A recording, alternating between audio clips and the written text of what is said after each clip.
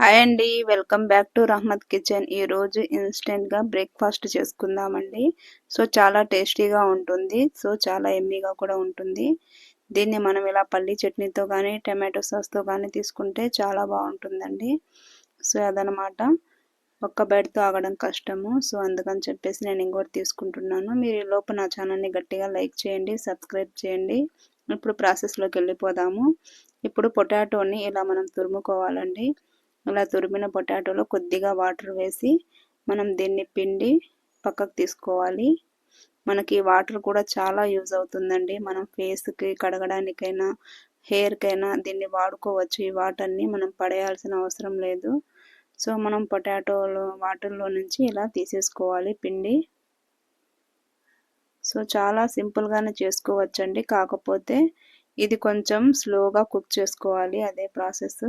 ఇప్పుడు చూడండి, నేను ఒక హాఫ్ కప్ సూజీ, ఒక హాఫ్ కప్ పెరుగు, అలాగే ఉల్లిపాయలు సన్నగా కట్ చేసుకున్నాను, టమాటోస్, అలాగే సన్నగా కట్ చేసుకున్న కొత్తిమీర, సన్నగా కట్ చేసుకున్న పచ్చిమిర్చి వేసుకోవాలి. ఇప్పుడు కొద్దిగా సాల్ట్ వేస్తున్నాను. సో మొత్తం మంచిగా మిక్స్ చేసుకోవాలి.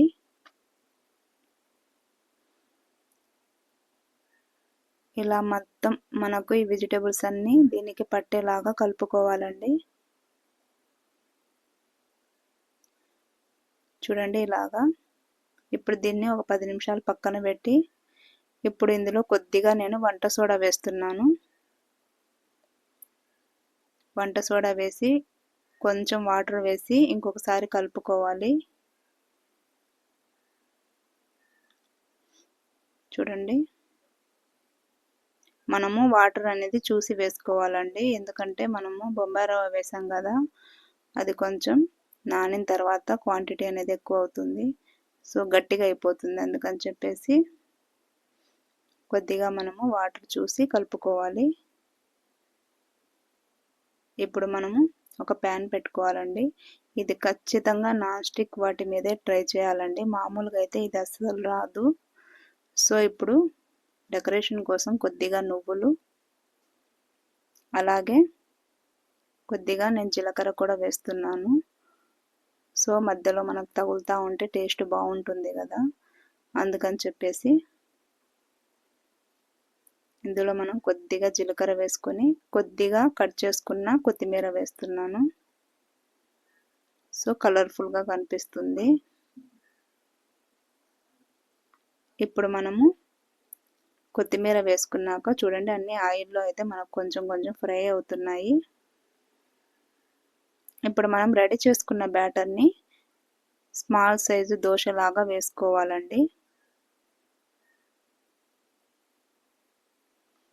ఇప్పుడు మనము దోశలాగా వేసుకొని సిమ్లోనే దీన్ని కుక్ చేసుకోవాలి. హై మంట మీద అస్సలు పెట్టకూడదు. హైలో పెడితే ఏమవుతుందంటే అంటుకుపోతుంది, మాడిపోతుంది. సో దీన్ని మంచిగా కుక్ అవ్వనివ్వాలి. పచ్చి మీద మనము తిప్పేస్తే ఇరిగిపోతుంది. సో అందుకని చెప్పేసి మనం సిమ్లో పెట్టి దీన్ని మంచిగా ఉడకనివ్వాలి. చూడండి ఇలా అన్నమాట. మనకు పైన కూడా చూస్తే అర్థమవుతుంది ఉడికినట్టుగా. ఇప్పుడు మనం ఇంకొక వైపు తిప్పుకోవాలి. సో మనం రెండో వైపు కూడా కొంచెం టైం పడుతుందండి కాలడానికి.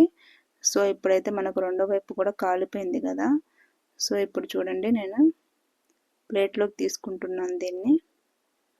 సో అంతేనండి, ఎమ్మీగా బ్రేక్ఫాస్ట్